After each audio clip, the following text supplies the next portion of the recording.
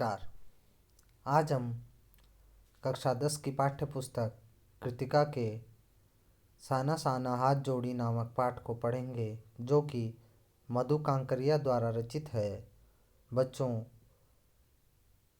यह पाठ एक यात्रा वृतांत है जिसमें लेखिका सिक्किम के बारे में हमें बता रही है। तो आइए पढ़ते हैं। साना साना हाथ जोड़ी।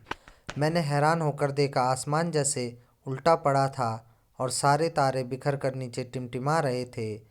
दूर ढलान लेती तराई पर सितारों के गुच्छे रोशनियों की एक झालर सी बना रहे थे। क्या था वह रात में जगमगाता गैंगटॉक शहर था। इतिहास और वर्तमान के संधि स्थल पर खड़ा मेहनतकश बादशाहों का वह एक ऐसा शहर था जिसका सब कुछ सुंदर था। सुबह, शाम, रात और वह रहस्यमय सितारों भरी रात मुझ में सम्मोहन जगा रही थी, कुछ इस कदर कि उन जादू भरे क्षणों में मेरा सब कुछ स्थगित था, अर्थहीन था। मैं, मेरी चेतना, मेरा आसपास, मेरे भीतर बाहर सिर्फ शून्य था और थी अति इंद्रियता में डूबी रोशनी की वह जादुई झालर। धीरे धीरे एक उजास उस शून्य से फूटने लगा। एक प्रार्थना होठों को छूने लगी। साना साना हाथ जोड़ी गर्दहु प्रार्थना, हामरो जीवन तीम्रो कौशली। कि छोटे छोटे हाथ जोड़कर प्रार्थना कर रही हूँ कि मेरा सारा जीवन अच्छाइयों को समर्पित हो। आज सुबह की यह प्रार्थना के बोल मैंने एक नेपाली युवती से सीखे थे। सुबह हमें युमथांग के लिए निकल पड़ना था, पर आँख खुलते ही मैं बालकनी की तरफ भागी। यहाँ के लोगों ने बताया कि सर्दी के मौसम यदि मौसम साफ हो तो बालकनी से भी कंचनजंगा दिखाई देती है। हिमालय की तीसरी सबसे बड़ी चोटी कंचनजंगा पर मौसम अच्छा होने के बावजूद आसमान हल्के हल्के बादलों से ढका था। पिछले वर्ष की ही तरह इस बार भी बादलों के कपाट ठाकुर जी के कपाट की तरह बंद ही रहे। कंचनजंगा न दिखनी थी न दिखी, पर सामने ही रकम रकम के रंग बिरंगे इतने सारे फूल दिखाई पड़े कि फूलों के बाग में आ गई हूँ। रकम रकम मतलब भिन्न भिन्न। बहरहाल गैंगटॉक से 149 किलोमीटर की दूरी पर युमथांग था। युमथांग यानी घाटियाँ। सारे रास्ते हिमालय की गहनतम घाटियाँ और फूलों से लदी वादियाँ मिलेंगी आपको। ड्राइवर कम गाइड जितेन नार्गे मुझे बता रहा था। क्या वहाँ बर्फ़ मिलेगी? मैं बचकाने उत्साह से पूछने लगती हूँ तो वो कहता है, चलिए चलिए। तो जगह जगह गर्दाए पाइन और धूपी के खूबसूरत नुकीले पेड़ों का जायजा लेते हुए हम पहाड़ी रास्तों पर आगे बढ़ने लगे कि एक जगह दिखाई दी जहाँ कतार में लगी सफ़ेद सफ़ेद बौद्ध पताकाएँ किसी ध्वज की तरह लहराती, शांति और अहिंसा का प्रतीक। ये पताकाएँ जिन पर मंत्र लिखे हुए थे। नार्गे ने बताया, यहाँ बुद्ध की बड़ी मान्यता है। जब भी किसी बुद्धिस्ट की मृत्यु होती है, उसकी आत्मा की शांति के लिए शहर से दूर किसी भी पवित्र स्थान पर 108 श्वेत पताकाएँ फहरा दी जाती है। नहीं, इन्हें उतारा नहीं जाता। ये धीरे धीरे अपने आप ही नष्ट हो जाती है। कई बार किसी नए कार्य की शुरुआत में भी ये पताकाएँ लगा दी जाती है, पर वे रंगीन होती हैं। नार्गे बोलता जा रहा था और मेरी नज़र उसकी जीप में लगी दलाई लामा की तस्वीर पर टिकी हुई थी। कई दुकानों पर भी मैंने दलाई लामा की ऐसी ही तस्वीर देखी थी। हिचकोले खाती हमारी जीप थोड़ी और आगे बढ़ी। अपनी लुभावनी हंसी बिखेरते हुए जितेन बताने लगा, इस जगह का नाम है कविलोंग स्टॉक। कविलोंग स्टॉक। यहाँ गाइड फिल्म की शूटिंग हुई थी। तिब्बत के चीज़खे बमसन ने लेप्चाओं के शोमेन से कुंजतेग के साथ संधि पत्र यहीं पर हस्ताक्षर किए थे। एक पत्थर यहाँ स्मारक के रूप में भी है। लेप्चा और भूटिया सिक्किम की इन दोनों स्थानीय जातियों के बीच चले सुदीर्घ झगड़ों के बाद शांति वार्ता का शुरुआती स्थल ये एक जहाँ जा रहे हैं कविलोंग स्टॉक जो है वो क्या है, इन दोनों जातियों के बीच, सिक्किम की इन दोनों जातियों के बीच क्या झगड़ा चला। जब इनमें शांति वार्ता हुई तो उसका शुरुआती स्थल ये था, कविलोंग स्टॉक। आगे, उन्हीं रास्तों पर मैंने एक कुटिया के भीतर घूमता चक्र देखा। यह क्या? नारगे बताने लगा। मैडम, यह धर्म चक्र है, प्रेयर व्हील। इसको घुमाने से सारे पाप धुल जाते हैं। क्या? चाहे मैदान हो या पहाड़, तमाम वैज्ञानिक प्रकृतियों के बावजूद इस देश की आत्मा एक जैसी, लोगों की आस्थाएं, विश्वास, अंधविश्वास, पाप पुण्य की अवधारणाएं और कल्पनाएं एक जैसी। तो उस प्रेयर व्हील को देखकर लेखिका को महसूस होता है कि हमारे भारत देश की जो आत्मा है वो एक जैसी है। लोगों की आस्थाएं, विश्वास, अंधविश्वास, पाप पुण्य की अवधारणाएं और कल्पनाएं सारी एक जैसी हैं। ठीक है, आगे देखिए। रफ्ता रफ्ता हम ऊंचाई की ओर बढ़ने लगे। रफ्ता रफ्ता मतलब धीरे धीरे।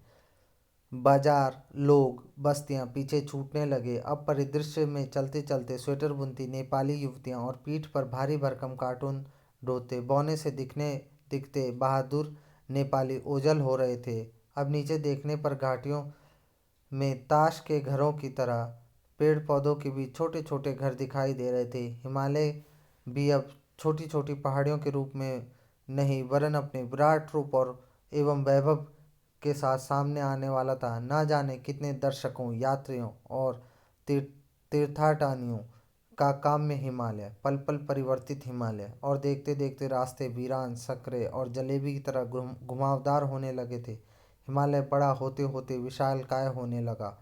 घटाएं गहराती गहराती पाताल नापने लगीं।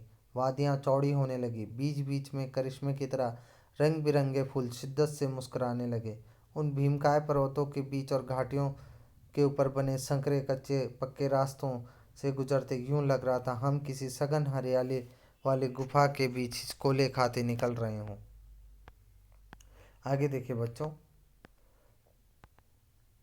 इस बिखरी असीम सुंदरता का मन पर यह प्रभाव पड़ा कि सभी सैलानी झूम झूम कर गाने लगे, सुहाना सफ़र और ये मौसम हंसी। पर मैं मौन थी, किसी ऋषि की तरह शांत थी। मैं चाहती थी कि इस सारे परिदृश्य को अपने भीतर भर लूं, पर मेरे भीतर कुछ बूंद बूंद पिघलने लगा था। जीप की खिड़की से मुंडकी निकाल निकाल मैं भी आसमान को छूते पर्वतों के शिखर को देखती, तो कभी ऊपर से दूध की धार की तरह झरझर गिरते जलप्रपातों को, जलप्रपात मतलब झरने, तो कभी नीचे चिकने चिकने गुलाबी पत्थरों के बीच इठला इठला कर बहती चांदी की तरह कौन मारती बनी ठनी तिस्ता नदी को।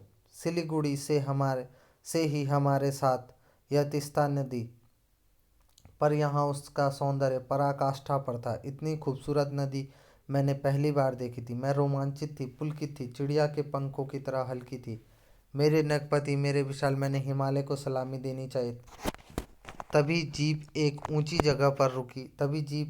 जगह रुकी। खूब ऊंचाई से पूरे वेग के साथ ऊपर शिखरों के भी शिखर से गिरता फेन, उगलता झाग। इसका नाम था सेवन सिस्टर वाटरफॉल। फ्लैश चमकने लगा। सभी सैलानी इन खूबसूरत लम्हों की रंगत को कैमरे में कैद करने में मशगूल मतलब व्यस्त थे। आदिम युग की किसी अभिशप्त राजकुमारी सी मैं भी नीचे बिखरे भारी भरकम पत्थरों पर बैठ झरने के संगीत के साथ ही आत्मा का संगीत सुनने लगी। थोड़ी देर बाद ही बहती जलधारा में पांव डुबोया तो भीतर तक भीग गई। मन काव्यमय हो गया, सत्य और सौंदर्य छूने लगा। जीवन की अनंतता का प्रतीक हुआ झरना उन अद्भुत अनूठे क्षणों में मुझ में जीवन की शक्ति का एहसास हो रहा था। इस कदर प्रतीत हुआ जैसे मैं स्वयं भी देश और काल की सरहदों से दूर बहती धारा बन बहने वाले हूँ। भीतर की सारी तामसिकताएं और दुष्ट वासनाएं इस निर्मल धारा में बह गईं। मन हुआ कि अनंत समय तक ऐसे ही बहती रहूं, सुनती रहूं उस झरने की पुकार को। पर जितेन मुझे ठेलने लगा। आगे इससे भी सुंदर नज़ारे मिलेंगे। अनमनी सी मैं उठी। अनमनी मतलब मेरा मन नहीं था, पर फिर भी मैं उठी। थोड़ी देर बाद ही वही नज़ारे, आंखों और आत्मा को सुख देने वाले। कहीं चटक हरे रंग का मोटा कालीन ओढ़े, तो कहीं हल्का पीलापन लिए, तो कहीं पलस्तर उखड़ी दीवार की तरह पथरीला। और देखते देखते परिदृश्य से सब छू मंतर, जैसे किसी ने जादू की छड़ी घुमा दी हो। सब पर बादलों की एक मोटी चादर, सब कुछ बादलमय। आगे देखिए बच्चों। चित्रलिखित सीमा माया और छाया के इस अनूठे खेल को भर भर कर आंखों देखती जा रही थी। प्रकृति जैसे मुझे सयानी बनाने के लिए जीवन के रहस्यों का उद्घाटन उद्घाटन करने पर तुली हुई थी। धीरे धीरे धुंध की चादर थोड़ी हटी। अब वहाँ पहाड़ नहीं, दो विपरीत दिशाओं से आते छाया पहाड़ थे। थोड़ी देर बाद वे छाया पहाड़ अपने श्रेष्ठतम रूप में मेरे सामने थे। जीप थोड़ी देर के लिए रुकवा दी गई थी। मैंने गर्दन घुमाई। सब और जैसे जन्नत बिखरी पड़ी थी। नज़रों के छोर तक खूबसूरती ही खूबसूरती, अपने को निरंतर दे देने की अनुभूति कराते पर्वत, झरने, फूलों, घाटियों और वादियों के दुर्लभ नज़ारे। वहीं कहीं लिखा था थिंक ग्रीन, मतलब वृक्षारोपण कीजिए, हरियाली के बारे में सोचिए।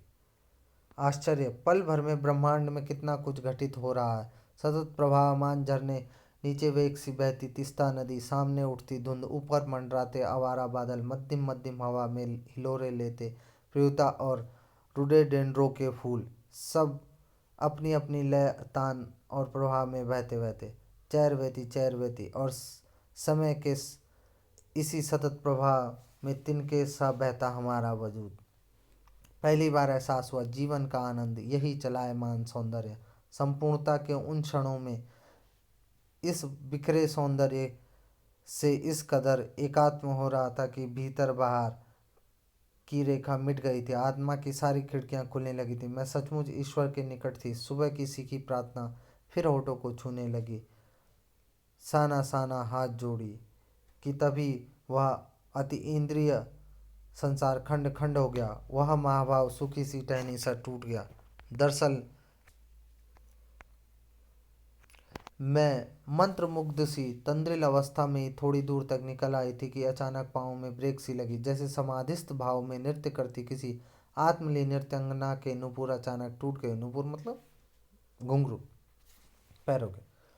मैंने देखा इस अद्वितीय सौंदर्य से निरपेक्ष कुछ ही पहाड़ी औरतें पत्थरों पर बैठी पत्थर तोड़ रही थी। गूंथे आटे सी कोमल काया, उन हाथों में कुदाल और हथौड़े, कईयों की पीठ पर बंधी डोकों में उनके बच्चे भी बंधे हुए थे। कुछ कुदाल को भरपूर ताकत के साथ जमीन पर मार रही थी। इतने स्वर्गीय सौंदर्य, नदी, फूलों, वादियों और झरनों के बीच भूख, मौत, दैन्य और जिंदा रहने की यह जंग, मातृत्व और श्रम साधना के साथ साथ।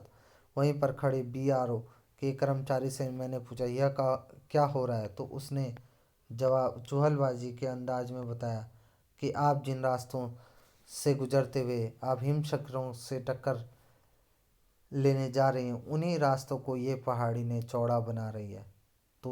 तो मैंने कहा, बड़ा खतरनाक कार्य होगा यह। मेरे मुंह से अकस्मात निकला। वह संजीदा हो गया, कहने लगा, पिछले महीने तो एक की जान भी चली गई थी। बड़ा दुसाध्य कार्य है पहाड़ों पर रास्ता बनाना। पहले डायनामाइट से चट्टानों को उड़ा दिया जाता है, फिर बड़े बड़े पत्थरों को तोड़ तोड़ एक आकार के छोटे पत्थरों में बदला जाता है। फिर ये बड़े से जाले में उन्हें लंबी पट्टी की तरह बिठाकर कटे रास्तों पर बाड़े की तरह लगाया जाता है और जरा सी चूक और सीधा पाताल प्रवेश। तभी मुझे ध्यान आया, इन्हीं रास्तों पर एक जगह सिक्किम सरकार का बोर्ड लगा था जिस पर बड़े बड़े अक्षरों में लिखा था, ever wondered who defied death to build these roads. कि आप ताज्जुब करेंगे, इन रास्तों को बनाने में लोगों ने मौत को जुटलाया है। एकाएक मेरा मानसिक चैनल बदला, मन पीछे घूम गया। इसी प्रकार एक बार पलामू और गुमला के जंगलों में देखा था। पीठ पर बच्चे को कपड़े से बांधकर पत्तों की तलाश में वन वन डोलती आदिवासी युवतियां, उन आदिवासी युवतियों के फूले हुए पांव और इन पत्थर तोड़ती पहाड़ियों के हाथों में पड़े ठाटे मतलब छाले एक ही कहानी कह रहे थे। आम जिंदगियों की कहानी हर एक जगह एक सी है कि सारी मलाई एक तरफ, सारे आंसू, अभाव, यातना और वंचना एक तरफ। तभी मेरी सहयात्री मणि और जितेन मुझे खोजते खोजते वहाँ आ गए थे। मुझे गमगीन देख जितेन कहने लगा, मैडम ये मेरे देश की आम जनता है, इन्हें तो आप कहीं भी देख लेंगी। आप इन्हें नहीं, पहाड़ों की सुंदरता देखिए जिसके लिए आप इतने पैसे खर्च करके आई हैं। ये देश की आम जनता ही नहीं, का प्रति संतुलित है, जीवन का प्रति संतुलन भी है। ये वेस्ट एंड एट रिपेइंग है। कितना कम लेकर ये समाज को कितना अधिक वापस लौटा देती है। मन ही मन सोचा मैंने। हम वापस जीप की ओर मुड़ने लगे, तभी मैंने देखा वह श्रम सुंदरी किसी बात पर इस कदर खिलखिलाकर हंस पड़ी थी कि जीवन लहरा उठा था और वह सारा खंडर ताजमहल बन गया था। हम लगातार ऊंचाई की ओर चढ़ते जा रहे थे। जितेन बता रहा था, अब हम हर मोड़ पर हेयर पिन बेंट लेंगे और तेजी से ऊंचाई पर चढ़ते जाएंगे। हेयर पिन बेंट के ठीक पहले एक पड़ाव देखा। 7-8 वर्ष उम्र के ढेर सारे पहाड़ी बच्चे स्कूल से लौट रहे थे और हमसे लिफ्ट मांग रहे थे। जितेन ने बताया, हर दिन 3.5 किलोमीटर की पहाड़ी चढ़ाई चढ़कर ये बच्चे स्कूल जाते हैं। क्या स्कूली बस नहीं? मणि के पूछने पर जितेन हंस पड़ा। मैडम, यह मैदानी नहीं पहाड़ी इलाका है। मैदान की तरह यहाँ कोई आपको चिकना बर्फीला नहीं मिलेगा। यहाँ जीवन कठोर है। नीचे तराई में ले देकर एक ही स्कूल है। दूर दूर से बच्चे उसी स्कूल में जाते हैं और सिर्फ पढ़ते ही नहीं, इनमें से अधिकांश बच्चे शाम के समय अपनी माँओं के साथ मवेशियों को चराते हैं, पानी भरते हैं, जंगल से लकड़ियों के भारी भारी गट्ठर धोते हैं। खुद मैंने भी ढोए थे। खतरा अब धीरे धीरे बढ़ने लगा। रास्ते और भी संकरे होते जा रहे थे। कई बार लगता जैसे रास्तों को इंच टेप से नाप कर एक जीप जितना चौड़ा बनाया गया कि जरा भी संतुलन बिगड़े, इंच भर जीप इधर उधर खिसके तो हम सीधे घाटियों में। इन रास्तों पर जगह जगह लिखी चेतावनी हमें खतरों के प्रति सजग कर रही थी। सामने ही लिखा था, धीरे चलाएं, घर में बच्चे आपका इंतजार कर रहे थे। थोड़ा और आगे बढ़े, फिर एक चेतावनी, we care man eater around. पर हमें नरभक्षी जानवर नहीं, दूध देने वाले याक दिखे, काले काले ढेर सारे याक। पहाड़ों पर गिरती बर्फ से प्राकृतिक ढंग से रक्षा करने वाले घने घने बालों वाले याक। सूरज ढलने लगा था। हमने देखा कुछ पहाड़ी औरतें गायों को चराकर वापस लौट रही थी। कुछों के सिर पर लकड़ियों के भारी भरकम गट्ठर थे। ऊपर आसमान फिर धुंध और बादलों से घिरा हुआ। उतरती संध्या में जीप अब चाय के बागानों से गुजर रही थी। फिर एक दृश्य ने मुझे खींचा। नीचे चाय के हरे हरे बागानों में कई युवतियां बोकू पहने, सिक्किम परिधान होता है, मतलब सिक्किम में एक जो कपड़ा लोग पहनते हैं, जैसे हमारा परिधान है, हम धोती कुर्ता पहनते हैं, कोई कुर्ता पजामा पैंट कमीज पहनते हैं, तो वैसे सिक्किमी परिधान है। एक चाय की पत्तियां तोड़ रही थी। नदी की तरह उफान लेता उसका यौवन और श्रम से दमकता गुलाबी चेहरा। एक युवती ने चटक लाल रंग का बोकू पहन रखा था। सघन हरियाली के बीच लाल चटक रंग डूबते सूरज की स्वर्णिम और सात्विक आभा में कुछ इस कदर इंद्रधनुषी छटा बिखेर रहा था कि मंत्र मुग्ध सी मैं चीख पड़ी थी। इतना अधिक सौंदर्य मेरे लिए असह्य था।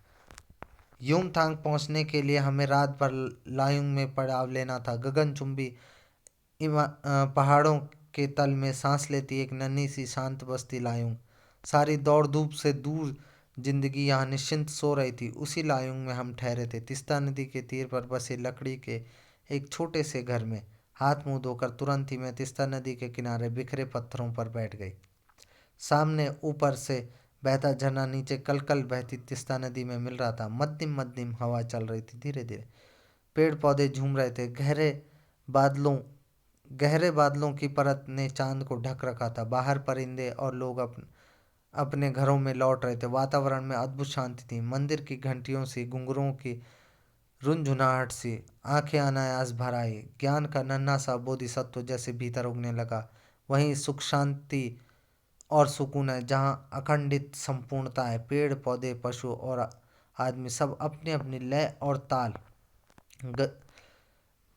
लय ताल और गति में है। हमारी पीढ़ी ने प्रकृति की इस लय ताल और गति से खिलवाड़ कर अक्षम्य अपराध किया है। हिमालय अब मेरे लिए कविता ही नहीं दर्शन बन गया था। मतलब हम जो काम कर रहे हैं वो खिलवाड़, प्रकृति से खिलवाड़ कर रहे हैं। पेड़ों को काटना प्रकृति से खिलवाड़ है, तो प्रकृति हमें इसका दंड दे रही है। तो इसलिए हमें वृक्षारोपण करना चाहिए। पहले भी बताया, थिंक ग्रीन का मतलब वही है। आगे देखें। अंधेरा होने से पहले किसी प्रकार डगमगाती शिलाओं और पत्थरों से होकर तिस्ता नदी की धार तक पहुंची। बहते पानी को अपनी अंजुली में भरा तो अतीत भीतर से धड़कने लगा। स्मृति में कौंधा। हमारे यहाँ जल को हाथ में लेकर संकल्प किया जाता है। क्या संकल्प करूं? पर मैं संकल्प की स्थिति में नहीं थी। भीतर थी एक प्रार्थना, एक कमजोर व्यक्ति की प्रार्थना। भीतर का सारा हलाहल, हलाहल विष को कहा जाता है, सारी तामसिकताएं, जो बुरी इच्छाएं, बह जाएं इसी बहती धारा में। रात धीरे धीरे गहराने लगी। हिमालय ने काला कंबल ओढ़ लिया था। जितेन ने लकड़ी के बने खिलौने से उस छोटे से गेस्ट हाउस में गाने की तेज धुन पर अपने संगी साथियों के साथ नाचना शुरू किया। और देखते देखते एक आदिम रात्रि की महक से परियों की कहानी सी मोहक वह रात महक उठी। मस्ती और मादकता का ऐसा संक्रमण हुआ कि एक एक कर हम सभी सैलानी गोल गोल घेरा बनाकर नाचने लगे। मेरी 50 वर्षीय सहेली मणि ने कुमारियों को भी मात करते हुए जो जानदार नृत्य प्रस्तुत किया कि हम सब अवाक उसे देखते ही रह गए। कितना आनंद भरा था उसके भीतर, कहाँ से आता था इतना आनंद।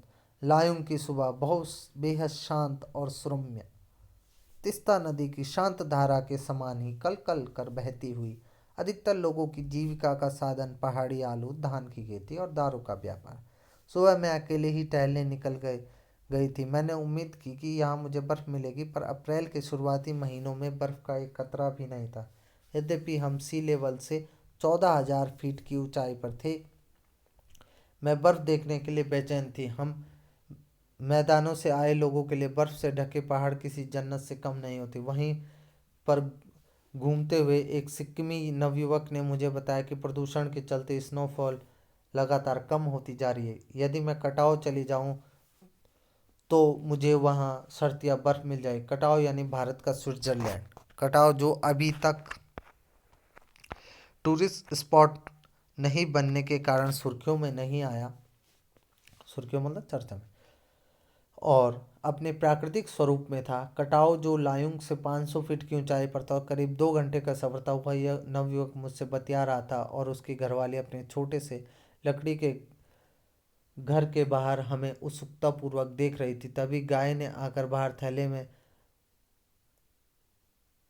रखा उसका महुआ गुड़ुप कर लिया था। मीठी झिड़कियां देकर उसने गाय को भगा दिया था। उम्मीद, आवेश और उत्तेजना के साथ अब हमारा सफर कटाव की ओर। कटाव का रास्ता और खतरनाक था और उस पर धुंध और बारिश। जितेन लगभग अंदाज से गाड़ी चला रहा था। पहाड़, पेड़, आकाश, घाटियां, सब पर बादलों की परत। सब कुछ बादल में। बादलों को चीर कर निकलती हमारी जीप। खतरनाक रास्तों के एहसास ने हमें मौन कर दिया था और उस पर बारिश, एक चूक और सब खल्लास। सांस रोके हम धुंध और फिसलन भरे रास्तों में संभल संभाल कर आगे बढ़ती जीप को देख रहे थे। हमारी सांस लेने की आवाज़ों के सिवाय आसपास जीवन का कोई पता नहीं था। फिर नज़र पड़ी बड़े बड़े शब्दों में लिखी एक चेतावनी, if you are married divorce speed, कि आप यदि शादीशुदा हो तो गति को तलाक दीजिए, मतलब धीरे चलाइए। थोड़ी ही दूर बढ़े, फिर एक चेतावनी, दुर्घटना से देर भली, सावधानी से मौत टली।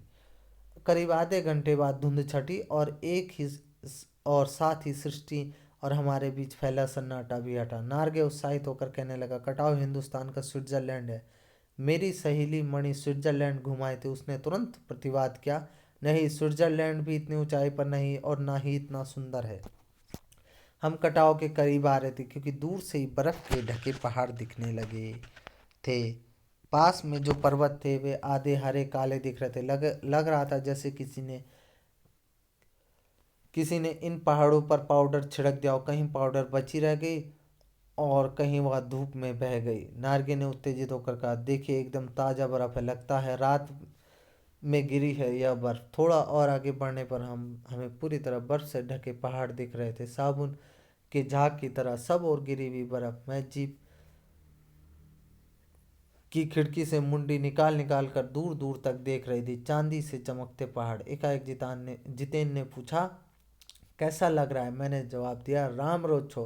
वो उछल पड़ा, अरे यह नेपाली बोली कहाँ से सीखी? अपनी भाषा के गर्व से उसकी आंखें चमक उठी, चेहरा इतराने लगा और तभी किसी चमत्कार की तरह हल्की हल्की बर्फ एकदम महीन महीन मोती की तरह गिरने लगी। अब तिमरो माया सेंधे माया मलाई सताऊं छू कि तुम्हारा प्यार मुझे सदैव रुलाता है। चारों ओर बिखरी यह बर्फीली सुंदरता जितेन के मन पर भी थाप लगाने लगी। प्रेम की झील में तैरते हुए झूम झूम कर गाने लगा था वह। हम सभी सैलानी अब जीप से उतरकर बर्फ पर कूदने लगे। यहाँ बर्फ सर्वाधिक थी, घुटनों तक नरम नरम बर्फ। ऊपर आसमान और बर्फ से ढके पहाड़ एक हो रहे थे। कई सैलानी बर्फ पर लेटकर हर लम्हे की रंगत को कैमरे में कैद कर रहे थे। मेरे पांव झंझन करने लगे, पर मन वृंदावन हो रहा था। भीतर जैसे देवता जाग गए थे। ख्वाहिश हुई मैं भी बर्फ पर लेटकर इस बर्फीली जन्नत को जी भर के देखूं। पर मेरे पास बर्फ पर पहनने वाले लंबे लंबे जूते नहीं थे। मैंने चाहा कि किराए पर ले लूं, पर कटाव यूमथांग और झांगू लेक की तरह टूरिस्ट स्पॉट नहीं था। इस कारण यह झांगू की तरफ दुनिया भर तो क्या दुनिया भर की तो क्या एक भी दुकान नहीं थी। खैर, दनादन फोटो खिंचवाने की बजाय मैं उस सारे परिदृश्य को अपने भीतर लगातार खींच रही थी, जिससे महानगर के डार्क रूम में इसे फिर देख सकूं। संपूर्णता के उन क्षणों में यह हिमशिखर मुझे मेरे आध्यात्मिक अतीत से जोड़ रहे थे। शायद ऐसी ही विभोर कर देने वाली दिव्यता के बीच हमारे ऋषि मुनियों ने वेदों की रचना की होगी, जीवन के सत्यों को खोजा होगा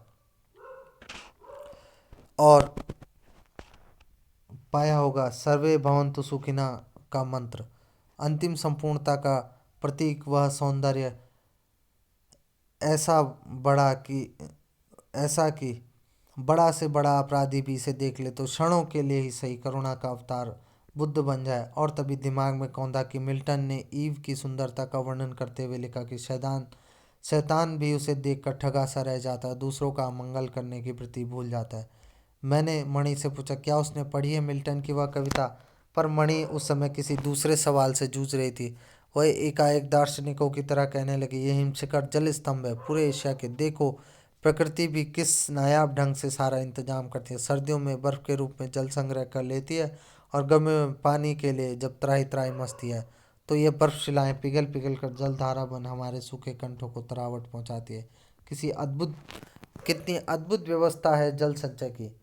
मणि ने अभिभूत हो माथा नवाया। जाने कितना ऋण है हम पर हम पर इन नदियों का, हिम शिखरों का। संसार कितना सुंदर है। स्वप्न जागते उन लम्हों में मैंने सोचा, पर तभी उदासी की एक झीनी सी परत मुझ पर छा गई। उड़ते हुए बादलों की तरह पत्थर तोड़ती उन पहाड़ियों का ख्याल आ गया। आत्मा की अनंत परतों को छीलता हुआ हमारा यह सफ़र थोड़ा और आगे बढ़ा कि तभी देखा इक्की दुक्की फौजी छावनियाँ। ध्यान आया बॉर्डर एरिया है। थोड़ी दूर पर ही चीन की सीमा। एक फौजी से मैंने कहा, इतनी कड़कड़ाती ठंड। उस समय तापमान -15 डिग्री सेल्सियस था। आप लोगों को बहुत तकलीफ होती होगी, वह बोला। वह हंस दिया, एक उदास हंसी। आप चैन की नींद सो सके इसलिए तो हम यहाँ पहरा दे रहे हैं। फेरी भेंटूला, कहते हुए जितेन ने जीप चालू कर दी। थोड़ी देर बाद ही दिखी एक फौजी छावनी, जिस पर लिखा था कि we give our today for your tomorrow.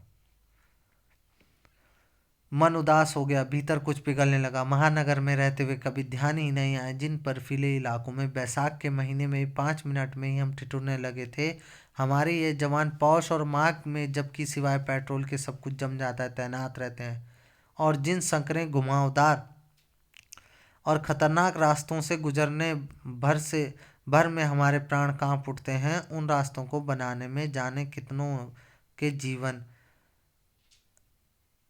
अपनी मियाद के पूर्व ही खत्म कर लिए। मेरे लिए यह यात्रा सचमुच एक खोज यात्रा थी।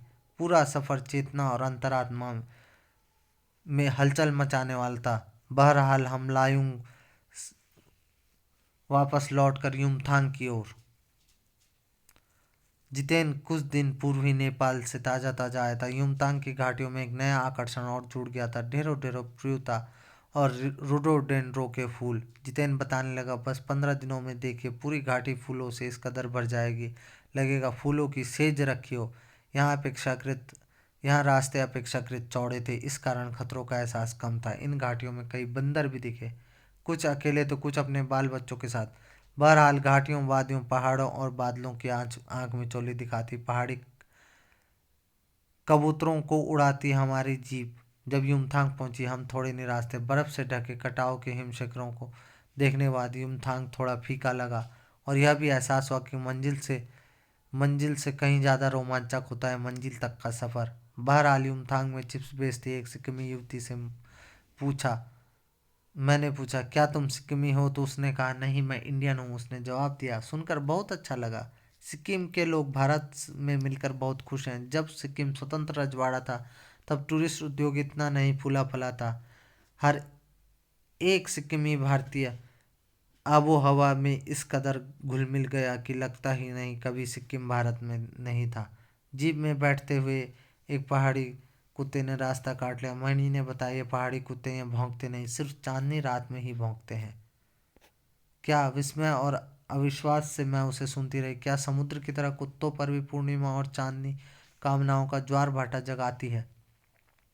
लौटती यात्रा में जीप में जितेन ने हमें रकम रकम जानकारियां देता रहा। मैडम, यहाँ एक पत्थर है जिस पर गुरु नानक के फुटप्रिंट है। कहते हैं कि यहाँ गुरु नानक की थाली से थोड़े से चावल छिटक कर बाहर गिर गए थे, और जिस जगह चावल छिटक कर गिरे थे यहाँ वहाँ चावल की खेती होती है। करीब 3-4 किलोमीटर बाद ही फिर उसने उंगली दिखाई। मैडम, इसे खेदुम कहते हैं। यह पूरा लगभग 1 किलोमीटर कह रही। यहाँ देवी देवताओं का निवास है। जो गंदगी फैलाएगा वह मर जाएगा। तुम लोग पहाड़ों पर गंदगी नहीं फैलाते? उसने जीभ निकालते। नहीं नहीं मैडम, पहाड़ नदी झरने हम सब इनकी पूजा करते हैं। इन्हें गंदे करेंगे तो हम मर जाएंगे, तभी गैंगटॉक इतना सुंदर है। मैंने कहा, गैंगटॉक नहीं मैडम, गंतोक कहिए। इसका असली नाम गंतोक है। गंतोक का मतलब है पहाड़। मैं कुछ पूछती फिर वह चालू हो गया। मैडम, युमथांग भी पहले टूरिस्ट स्पॉट नहीं था। यह तो सिक्किम जब भारत में मिला उसके भी कई वर्षों बाद भारतीय आर्मी के कप्तान शिखर दत्ता के दिमाग में आया, यहाँ सिर्फ फौजियों को रखकर क्या होगा, घाटियों के बीच रास्ते निकाल कर इसे टूरिस्ट स्पॉट बनाया जाए। आप देखिए अभी भी रास्ते बन रहे हैं। हाँ, रास्ते अभी भी बन रहे हैं। नए नए रास्तों की खोज अभी जारी है। शायद मनुष्य की इसी असमाप्त खोज का नाम सौंदर्य। मन ही मन में कहती हूँ। जीप आगे बढ़ने लगी। तो बच्चों, ये एक यात्रा वृतांत था जिसमें लेखिका सिक्किम की यात्रा के बारे में बताती है। वो गैंगटॉक घूमती है और कटाव घूमती है। कटाव जो कि भारत का स्विट्जरलैंड कहा जाता है। तो बच्चों, आज पढ़ा हमने साना साना हाथ जोड़ी। धन्यवाद।